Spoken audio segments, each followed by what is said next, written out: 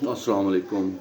So today's blog post is on kind of a special theme regarding how national politics uh, should be transformed for any of the nation state, for example, in a developing country or in a developed country. And particularly, it would be a case study of contemporary American politics. Now, for example, we know that for the first presidential Trump during uh, Donald Trump's first presidential term was represented by kind of a lot of media activism. Most of the mainstream American media is liberal media. So, for the whole 4 years of the first term of Donald Trump, liberal media was very critical.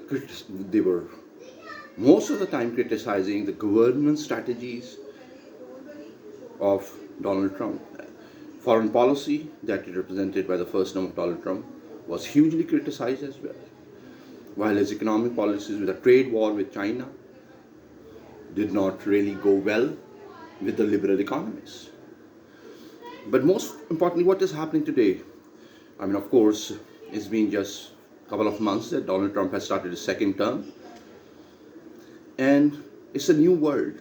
Of course, hyper-globalization has been concluded after the trade war that started in the first term of Donald Trump between USA and China. Whereas there are peace negotiations happening for Ukraine and Russia. And of course, there is some tangible talks about peace in Gaza. But most importantly, the liberal media is having a fields day of criticism on Donald Trump's domestic economic policies. So I was wondering that, it's just a couple of months and there is so much criticism that one reads in liberal media, in the press, in the American press. What could be the most constructive strategy that can build on the fact that even liberals voted for Donald Trump for his second term as a president? There has to be a dialogue between Democrats and Republicans, and the liberal media can facilitate it.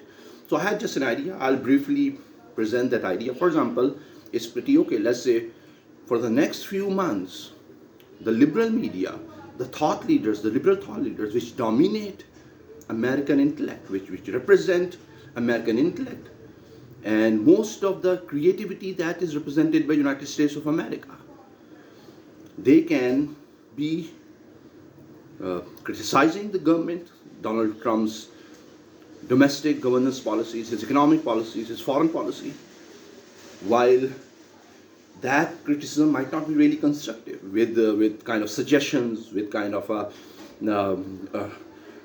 diplomatic approach and a dialogue. So they can continue with it for, let's say, few months, and all that criticism will be consumed by voters who represent Democrats. So everybody would kind of would be settled, what we said, the dust would be settled down. The kind of a political competition that represented before American elections would then represent some kind of stability within few months. And then, very subtly, all the liberal media, all the mainstream liberal media, and all the liberal thought leaders should start building up some constructive dialogue through their writings, through their video vlogs, through their media appearances.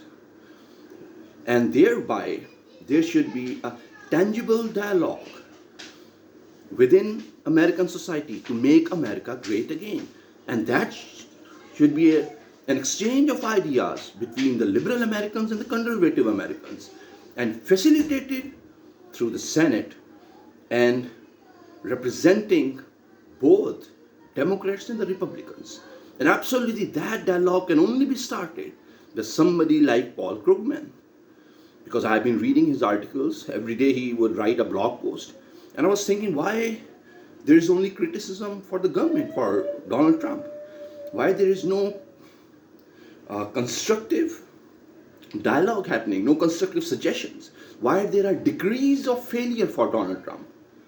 I mean, there is still nearly 4 years left for his presidential term.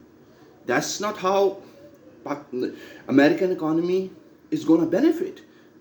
It represents a lot of political instability, creating most probably economic uncertainties instead of solving economic issues.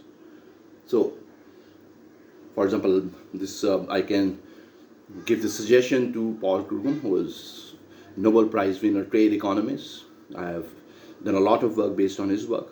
That there should be a strategy among the liberal media to then transform criticism within few months into some kind of a constructive dialogue with opinions, with suggestions. Because of course, liberal thought as well represents one of the best economists, mainstream best economists, who have really creative ideas to redefine American economy and how it should unravel to then dominate the global economy and face the competition that is being presented by Chinese economy. So with that, have a good day.